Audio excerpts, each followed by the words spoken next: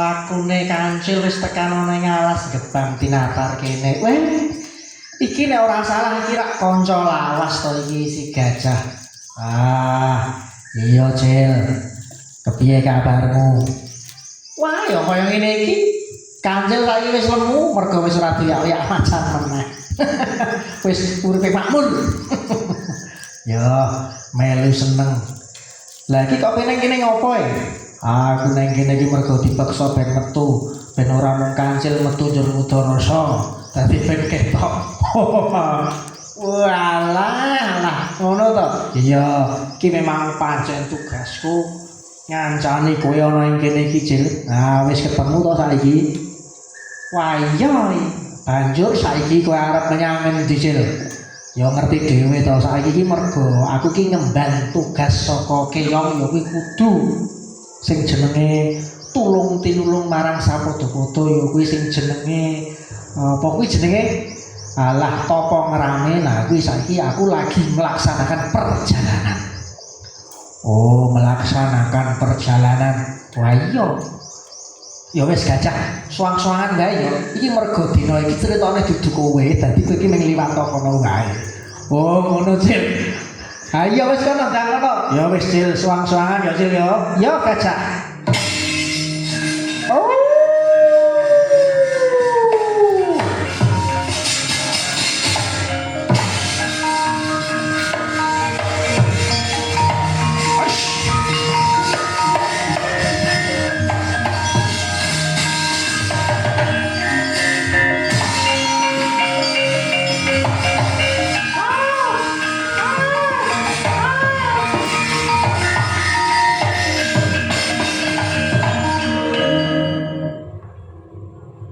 Wah, iki nek ora salah Kak, iki apa ki kura to iki?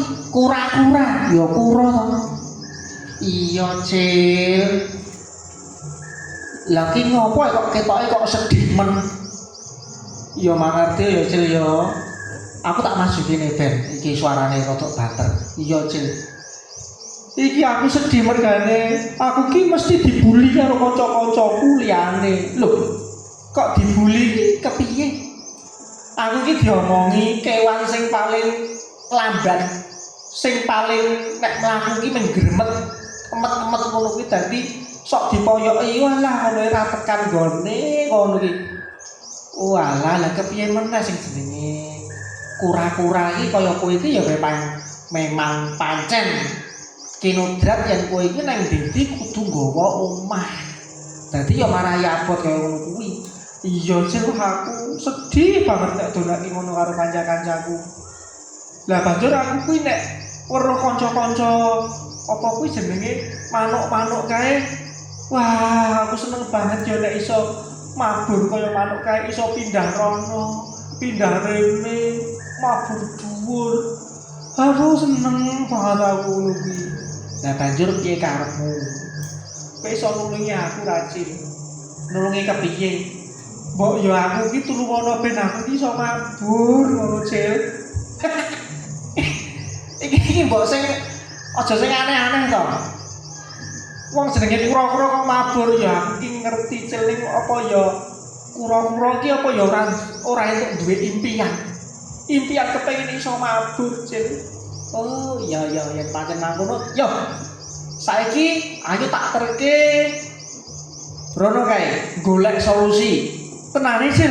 Kowe dhe solusi, Cil. Yo tenang wae. Yo kok rono mbok menawa engko aku iso nemokke solusi. Ya wis, Cil. Aku manut karo kowe, Cil. Ayo ndang mangkat, Cil. Ayo kura. Iya, Cil.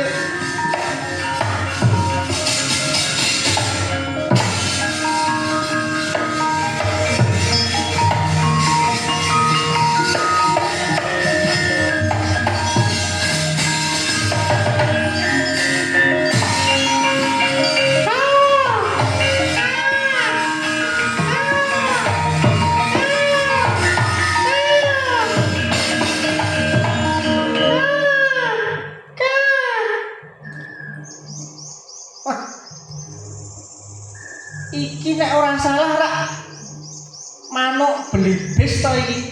Wah iya, Cil. Wes suwe banget ora ketemu ya.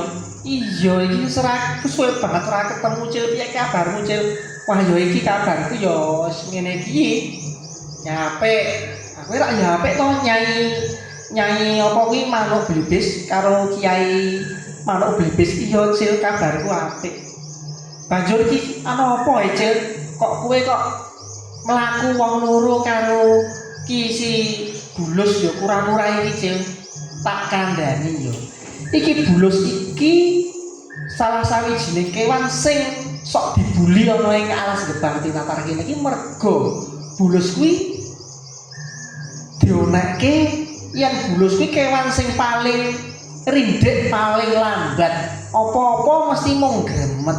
Dadi si bulus iki nangis-nangis karo aku kepengin piye carane sekali seumur hidup minimal sepisan kuwi bulus iki iso mabur, iso weruh kahanan donya ngono kae kaya kowe mabur ngono kae. Oh ngono Cil. Ya aku gelem wae iki nulungi si sapa iki si bulus supaya iso mabur. Ning kepiye carane ya Cil ya? Kok aku duwe cara coba sik tak golekane sik. Nah iki. Nah coba iki. Nah iki. Nah iki metek iki. Nah, iki tontonan iki. Nah. Apa iki, Cil? Nah, iki sawijining sing jenenge apa ya? Kayu utawa dahan ranting saka uwit kono kae mau kae.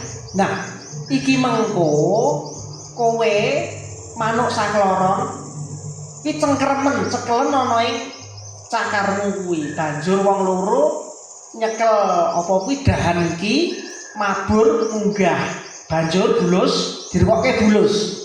Iya Cil, kowe mengko nyokot kayu kuwi lan pisan wae tak omongi aja pisan-pisan kowe mengo lambemu utawa kowe ngomong utawa ngucap merga nek kowe ngucap kuwi ateges lambemu mengo. Nek lambemu mengo kuwi ateges cengkeramanmu utawa cokotanmu ana ing apa kuwi dahan kuwi ucul banjur kowe bisa tumekan ing tiwas mergo tiba saka ing antariksa kono. Oh ngono Cil. Ha iya. Oh iya Cil. Aku gelem nek ngono. Ning tenan lho. Aja sepisan-sepisan kowe ngomong utawa mengo lambemu kuwi. Mergo nek lambemu kuwi mengo, engko mesti ucul lan kowe mesti tiba saka dhuwur kono kae. Iya Cil. Iki piye Cil? Bener ngono kuwi Cil? Iya, wis percaya karo aku. Ora, iki kok si bulus ya mabur. Yo ya wis. Ya wis saiki ngene Pakne aku tak ning kene. Nah, Pakne ning kono. Ya ku alik to bene. Lah piye to? Ya kudune sing wedok iki ning ngarep, sing lanang ning mburi njur nyurung. Iki ngopo cek Pakne? Ora kok bene iki lho. Nah, ngene iki. Nah, dicekel nganggo sikil ngene to karepmu Cil. Iya. Nah. Banjur si bulus nyokot iki, ngene iki. Ngene iki Cil. Nah, dicokot ngono iki. Nah, nek wis dicokot, mengko banjur si manuk mabur. Engko nek si manuk mabur, mengko ora otomatis si bulus iso mabur. Ngono. Oke Cil. Lambemu kok jembengno aja ngomong nek kowe ngomong kowe tiba. Iya Cil, wis saiki meneng. Wis. Saiki karya slamet ya. Saiki ayo. Manuk ndang mabur. Siap-siap. Mayday. Pesawat Boeing 767 siap berangkat.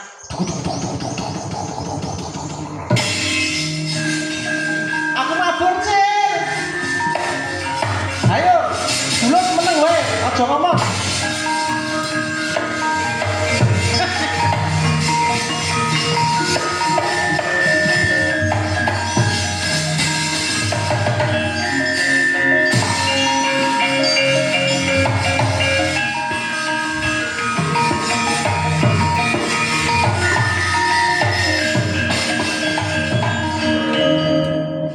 Aduh, awan iki panase ra Kok ya ana wedang to ya. Lho, apa kae? Iki lak mripatku lak ora selewat to. Apa mergo panasen dehidrasi aku yo berhalusinasi. Kayak tenane kok kan. Kok ana kura-kura bulus kok iso mabur. Iki berhalusinasi aku iki. Wah, coba tak golekne. Tenane iki. Loh, aji. Kaki bulus apa udu? Coba tak tonton nih, tak keker ya. Wih, ora mungkin nek bulus. Oh, jenenge bulus ki ora duwe wulu, ora duwe sayap. Ya mestine bulus ki ora iso mabur. Ora mungkin kuwi mesti dudu bulus. Ngapusi, kuwi dudu bulus.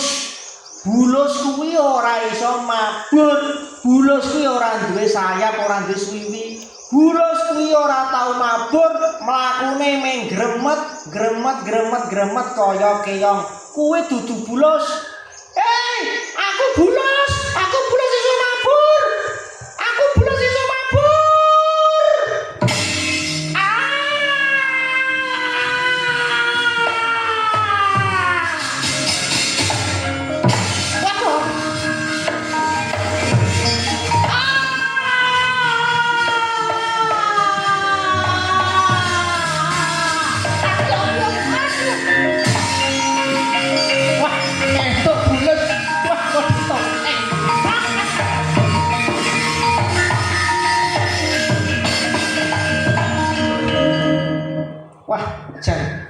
Bulus iki kepiye to?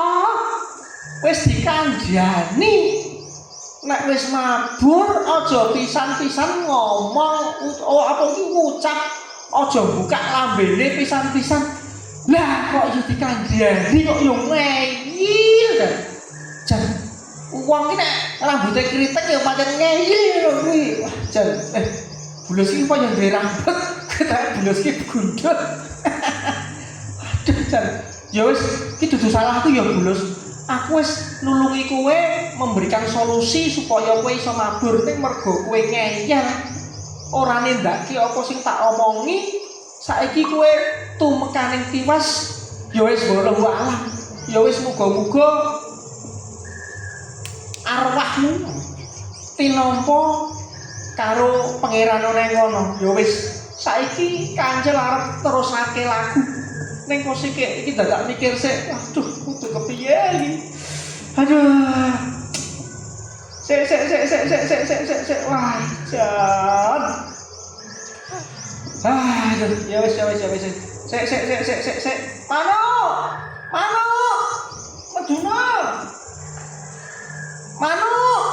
Medun. Piye, Cil? Meduna kene sik. Ngopo ya medun? Ngenteni iki gamelane. Oh iya, piye napa, Cil? Nah, kene rene sik. Kae mau ceritane piye kok si sapa kuwi? Si bulus. Kura-kura utawa si bulus mau kok iso tiba ngono mau piye? Ya mau to, Cil, wis dikandhani to, Cil. Iki mau iki kandhani yang sing jenenge bulus kuwi dikandhani aja pisan-pisan mengo lambene lah kok ngeyel. Ya wis nek wis ngeyel lambene mengo banjur tiba. Lah nek tiba saka ing antare iso dhuwur ngono kae 3000 meter saka bumi rak ya. Waduh, jan piye nek ngono kae? Ya wis sembuh. Ning ya wis kuwi. Wis saiki dudu salahe dhewe. Ya wis saiki awake dhewe ngurusi urusane dhewe-dhewe. Kowe ngurusono awakmu, aku ya ngurusi awakku. Iki mergo iki wis siap, ayo ndang lunga kabeh. Ya Cil yo, soang-soangan ya Cil ya.